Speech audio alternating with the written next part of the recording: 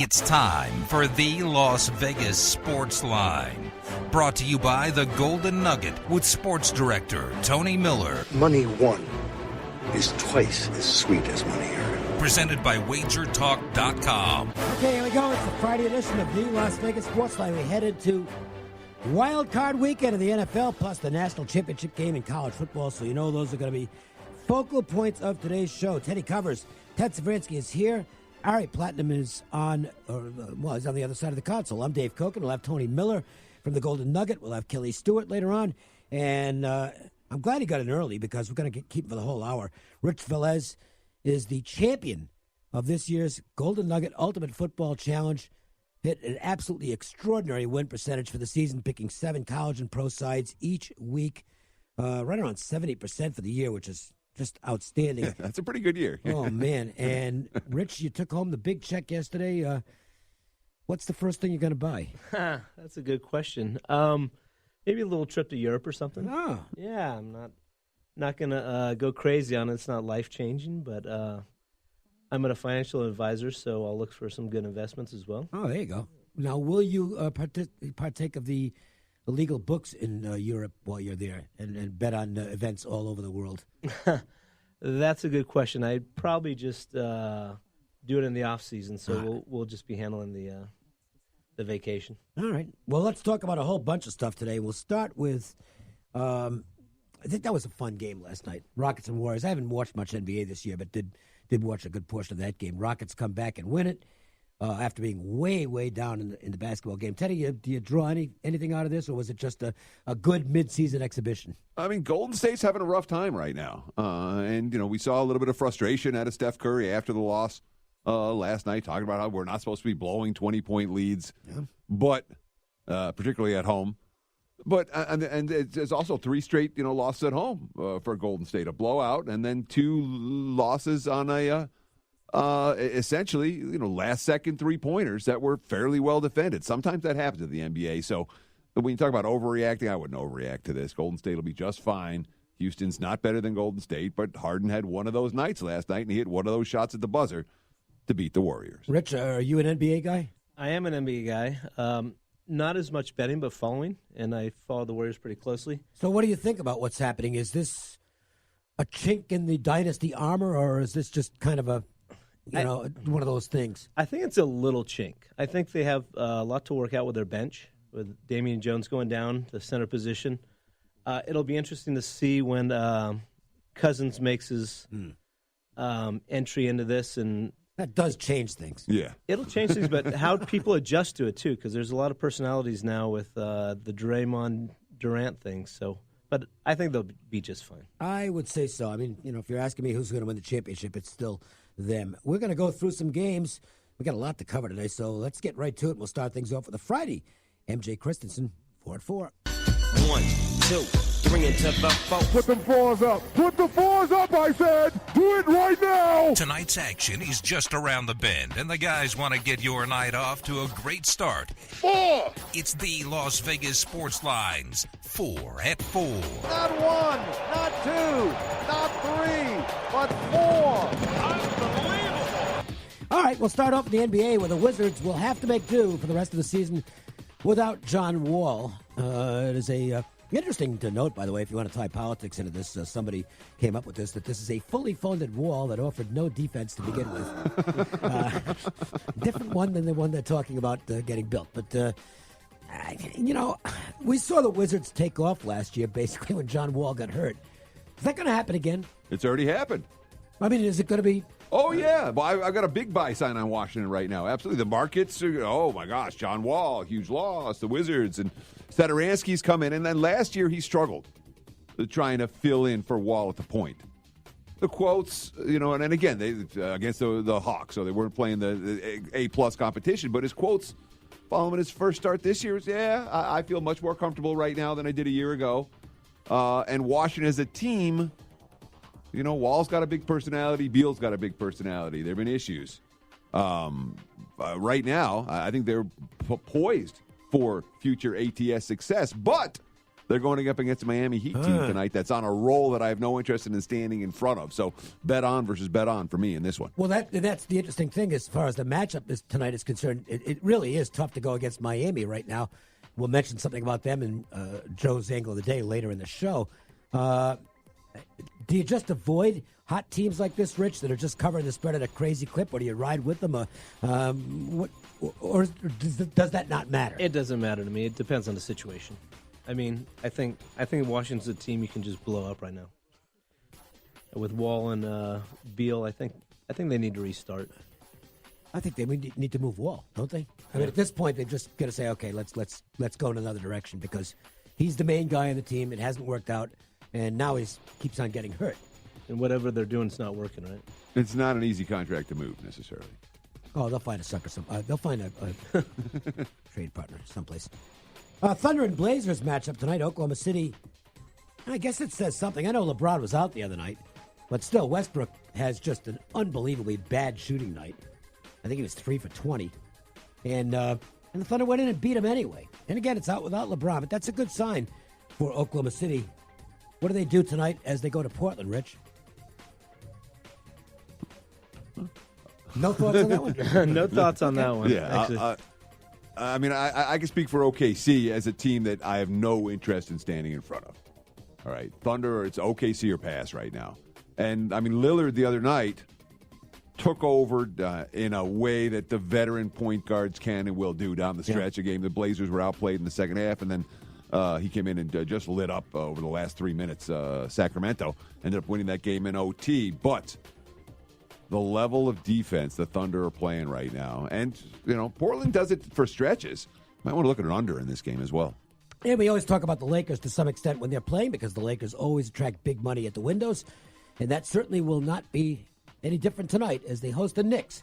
Two, I guess you can call them public franchises, although the Knicks are more of an anti-public franchise, if you will. But it's still interesting when these two hook up. Lakers still minus LeBron and not playing as well now, Teddy. Yeah, they did the one win over the Kings in the LeBron absence era so far. They covered it in a loss at Sacramento as well. But the other two games, OKC and the Clips that they played without LeBron, they failed to cover a number. This is the first time they're really stepping down in class without LeBron. But LeBron's going to get the headlines. Yeah. The injury to Kyle Kuzma matters for this team. He's arguably been their second-best player for extended stretches this season, and he's out as well. That's an injury that makes me a little bit less inclined to lay points with the Lakers, even against a miserable squad like the Knicks. And what's Rondo's status? I know he has a sprained finger. I'm sorry? Rondo. What's Rondo's status? They're talking about late January. Yeah, so.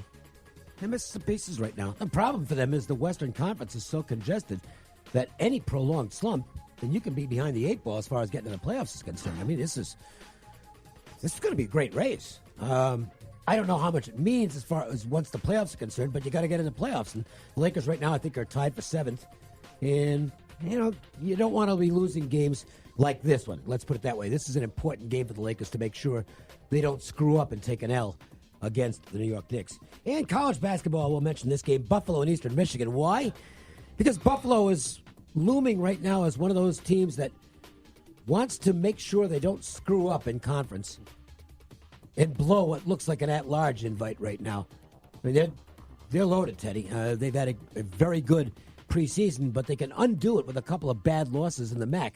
So a conference opener like this at Eastern Michigan, which is not a walkover, this is a game that Buffalo's got to go in there and take care of business in. Yeah, they sure do. But, of course, that's priced into the markets. Eastern Michigan has been a miserable team from day one this season. They've been a miserable point spread team as well. So the Buffalo can go in there and win by margin and still not cover this double-digit spread. Although it's not a bad match for Buffalo because they have zone busters, and Eastern Michigan Rob Murphy loves to play the zone, and he won't get out of it. I mean, he's stubborn with the zone, and sometimes when teams are beating up the zone, he doesn't care. He'll just stay in it, and that doesn't bode well for his team. Tony Miller joins us on Fridays from the Golden Nugget. Tony, we've got your champion here, Rich Velez, who walked away with all that first-place money. This was a really good contest this year. Yeah, it turned out really well, Dave. We had a really tight race all the way down to the last week, and Rich did a great job in his picks this year, and he deserved it, man. He put up a good fight and went against some really good handicappers and came out on top. Props to him. Matt Newman's mentioned that I think he hit right around 60% for the year, which is really good. And that was only good for like 47th place in the contest. Has this been a year for the bettors more than the books? It's been a great year for the Bears. It's probably one of my worst college football seasons that I had this year. We were talking about that upstairs in my meeting the other day. Man, we took it on the chin in college football this year. They're good in the NFL, but college football was rough. So, the Bears did very well. So what do you I'm sorry, Dave, but I want to ask, what do you think was different this year for the bettors? Is it just a luck factor, or do you think the bettors maybe have found something that might be a problem for next year? Would you change anything? Are you going to adjust your strategies? Teddy, we're pretty much in market with all the games and on the move, so I thought they had a very good year. I know there's a lot of trends happening. They played the Alabama first half quite a bit. The in-game was very good to them. But more than that, I think where a lot of luck came into play was we got hit on a lot of parlay cards this year and a lot of parlays off the board. So, it's not easy hitting those parlays, but those big ones, when they come in, they take a big chunk out of the book's profit. One thing I had to ask, I looked at the picture of you and Rich standing there with that huge check. That's not the one. Now, that's not the one he will take to the bank, obviously. But, Tony, I got to tell you, just from looking at the picture, it looked like you had a really firm grip on the check and didn't want to let go. Nah, that's all prize money we gave back, Dave. So, I know, it was awesome. 100% payoff is dynamite. That check got deposited today, too. 100% of the prize money we gave back, and it was well-deserved, and congratulations to everybody. All right, a lot of fun, and can't wait to do it again next year. The Ultimate Football Challenge had its biggest field to date this year, over 300, and hopefully next year with the success it had, I think you're looking at 500 easy next year, Tony. For sure. All right, so let's look at some behind-the-counter information, where the betting action is this weekend as we look at the 4 playoff games and also the college football championship game. And, Rich, you can chime in with thoughts that you might have on these games. Okay. And we'll start with the Colts and Texans. And, it sure seems like the majority of the tickets are on the Colts. Yeah, Dave, it sure is. It's been nothing but Colt money down here at the Nugget. We're sitting at Texas -1 right now, and I thought being a Houston-based house, I'd see some support for the local boys, but it hasn't come in yet. It's all one-sided, all Colts with me, and we're down to 1. Might go down to pick 'em. How about the total on that game? You see an action on the over? Because the market seems to be moving in that direction. Yeah, Teddy. We took some on the over. We're sitting at 48.5 right now, and I got nothing on the under and just money on the over. Rich, how much attention, if any, do you put on what's happening in the marketplace, or is it just something to gauge value as to when you want to make your plays? Definitely in the college market. It's one of the first things I look at, see where if my plays match up where the money's moving. In the pros, I watch it, but playoff time a little less, I would say. Okay. On this game, I would lean more to the over, but I don't have a really good feeling. The one thing I would probably do in this game, I'd probably tease the Colts up because they always play close games. So, yeah, certainly when you look at the dogs this weekend, the teaser candidates are out there. Seattle, L.A., and, of course, the Colts all in that prime teaser range that the wise guys love, taking a dog of less than a field goal and teasing him up over a touchdown. Seattle, Dallas in that wheelhouse, certainly, Tony. Are you seeing a lot of teaser action on the Seahawks? And given the track record of Jason Garrett and Pete Carroll in the postseason, are you seeing action on the dog in this one?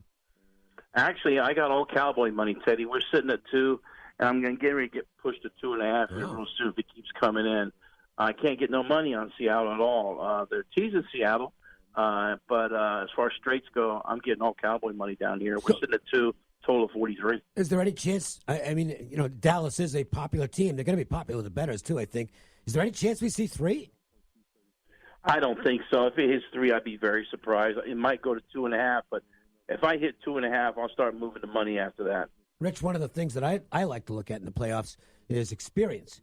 If I think it's valued experience, and I think that is an edge for Seattle with Russell Wilson and Pete Carroll, more so than Dak Prescott and Jason Garrett. Any thoughts on that? I agree with you 100%. I won't bet Dallas. I won't take side of Dallas in this game because of that exact thing. I won't take Garrett in a playoff game. I was talking this morning doing a podcast,